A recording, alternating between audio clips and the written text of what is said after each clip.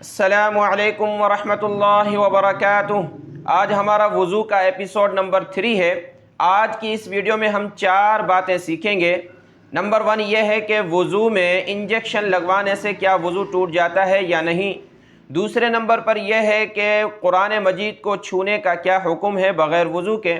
اور 3 نمبر پر ہم سیکھیں گے شرعی معذور کہ جس کے پیشاب کے قطرے جاری ہیں یا کوئی عورت ہے جس کا خون جاری ہے تو اس حالت میں وہ کس طرح عبادت کرے اور کس طرح پاکی حاصل کرے۔ اور نمبر 4 پر یہ ہے کہ کسی کا زخم ہے، کوئی یا ہاتھ وغیرہ ٹوٹا ہوا ہے تو وہ کس طرح جو ہے وضو کرے گا۔ تو ان تمام سوالوں کے جوابات ہم اس ویڈیو میں دیں گے۔ اس سے پہلے میں اور آپ درود پاک پڑھ لیتے ہیں۔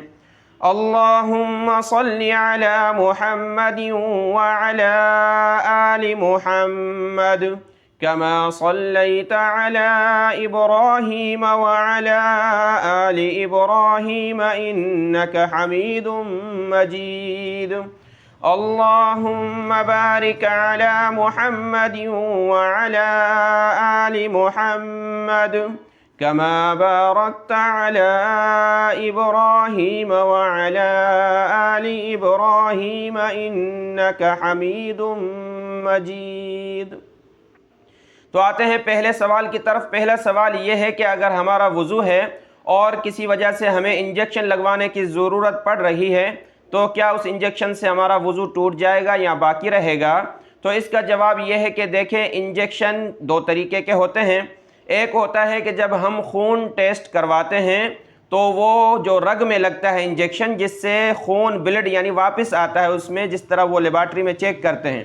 تو اگر ہم نے وضو کی حالت میں لیبارٹری جا کر خون ٹیسٹ کروانے کے لیے وہ رگ میں انجیکشن لگوایا ہے جس سے خون کافی نکلتا ہے اور خون نکالا بھی جاتا ہے، لیبارٹری والے جو نکالتے ہیں، تو اس حالت میں ہمارا وضو ٹوٹ جائے گا کیونکہ خون نکلا ہے۔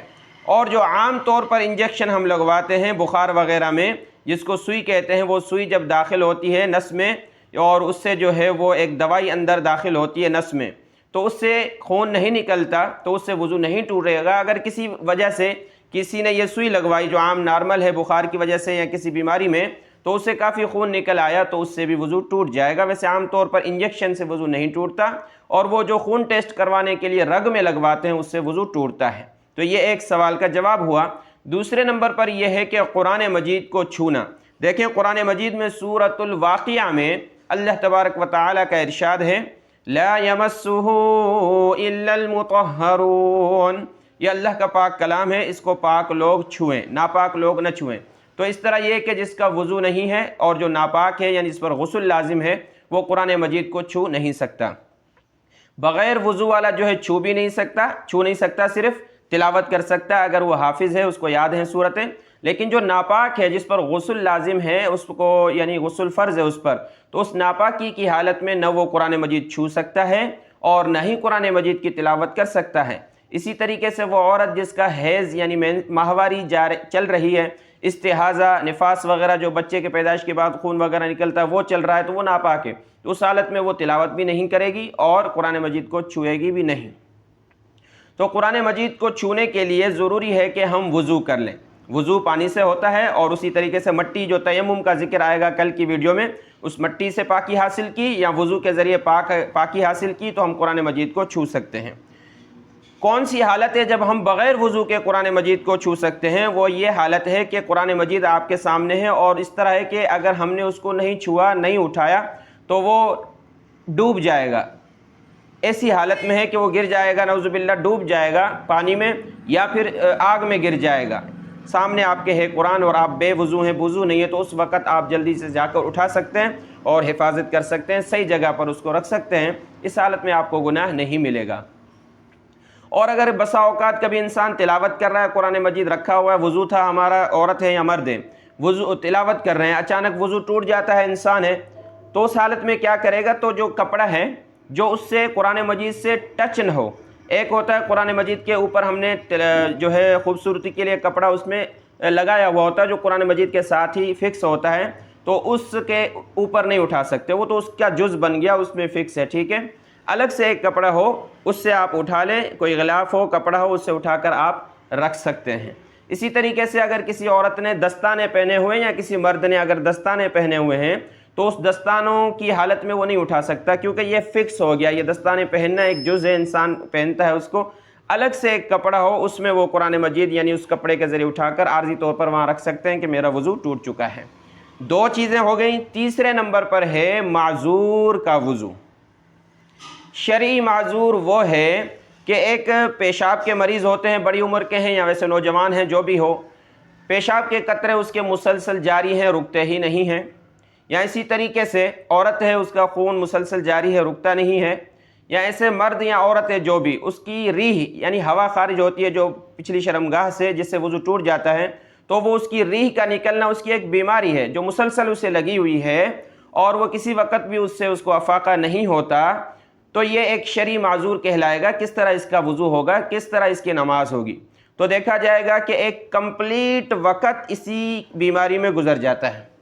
جیسے کہ فجر کا وقت مان لو ظہر تک 4 گھنٹے 5 گھنٹے ہے، تو یہ 4-5 گھنٹے مسلسل یہ بندہ یا بندی جو بھی ہے اس بیماری میں مبتلا رہتا ہے، کوئی بھی اسپیس نہیں ملتا، یعنی آدھا گھنٹہ اس کو ایسا نہیں ملتا جس میں یہ قطرے رک جاتے ہوں، ایسا نہیں ہوتا، ٹھیک ہے؟ تو یہ شرعی معذور ہے، شریعت کے اعتبار سے یہ بڑا معذور ہے، تو اس کا حکم ٹھیک ہے۔ لیکن اگر فجر سے ظہر تک 5 گھنٹے کا گیپ ہے، یعنی فجر کا وقت ہے، پھر جب ظہر کا وقت شروع ہوتا ہے تو یہ 5 گھنٹے ہیں فجر کے، اس پورے گھنٹے میں 4 گھنٹے تو پیشاب کے قطرے جاری تھے یا عورت کو خون جاری تھا، لیکن لاسٹ والا 1 گھنٹہ یا بیچ میں کوئی بھی گھنٹہ ایسا تھا جس میں رک گیا، تو یہ شرعی معذور نہیں ہے، یہ صحیح ہے۔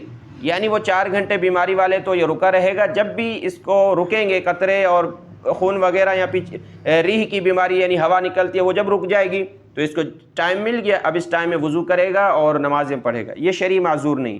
شرعی معذور وہ جس کا مسلسل کنٹینیو یہ سلسلہ ہے، بڑی عمر کی وجہ سے، کسی بیماری کی وجہ سے ہوا نکلتی رہتی ہے، یا پیشاب کے قطرے، یا اسی طریقے سے مزی جو ہوتی ہے، جو پانی نکلتا ہے شرمگاہ اگلی شرمگاہ سے، وہ بیماری کی وجہ سے، انسان سوچتا ہے کسی غلط سوچ کی وجہ سے، وہ نہیں، بیماری کی وجہ سے ہو، تو یہ معذور شخص ہے۔ تو اس کی عبادت اور اس کا وضو کس طرح ہوگا، اس کی نماز کس طرح ہوگی؟ تو اس طرح ہوگا، جب بھی نماز کا ٹائم آئے گا تو یہ ایک وضو کرے گا، ٹھیک ہے، قطرے چل رہے ہیں، خون چل رہا ہے، وہ بس معذور ہے، اب یہ وضو کرے گا، اور اس وضو سے تھوڑا سا پھر کپڑے دوسرے پہن لے اس وقت، ٹھیک ہے، پہن لیے، وہ بھی تو خراب ہی ہو جائیں گے لیکن احتیاطاً پہن لے تو اچھا ہے۔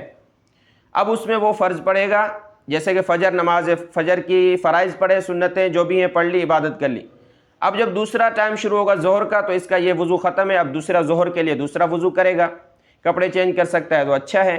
پھر اسی طریقے سے ظہر نماز پڑھی، اس کی سنتیں نوافل اسی وضو سے، عصر کا ٹائم شروع ہوا تو اس کا ظہر والا وضو ختم ہے، ٹھیک ہے نا؟ جیسے عام طور پر کوئی وضو کرتا ہے، نارمل بندہ بیمار نہیں ہے، وضو کر لیا فجر کا، اب فجر کی نماز پڑھ لی، پھر اس نے کوئی ایسی چیز نہیں ہو جس سے وضو نہ ٹوٹا ہو، تو ظہر بھی پڑھ سکتا ہے، قرآن مجید کی تلاوت بھی کر سکتا ہے، ساری چیزیں۔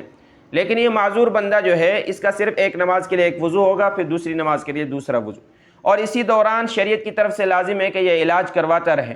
یہ تو ایک آزاد اس کے لیے طبیعت ہو گئی نا، بس جو بھی وضو کر لیا، قطرے بھی چل رہے ہیں، نماز پڑھ لی، تو ایک طریقے سے آزادی ہے، تو بھئی آپ علاج کرواتے رہیں، یہ شریعت کا حکم ہے۔ اگر علاج بھی نہیں کروا رہے اپنی بیماری کا تو آپ گناہگار ہوں گے، چاہے مرد ہے چاہے عورت ہے۔ تو یہ تھا ایک مریض شرعی عذر ہے جس کو، اس کا یہ حکم ہوتا ہے، اس کی نماز کا طریقہ اور اس کی پاکی کا اور اس کی نماز اور وضو کا طریقہ یہ ہوتا ہے۔ اس میں قرآن مجید کی تلاوت وغیرہ بھی یہ کر سکتا ہے اس وضو سے۔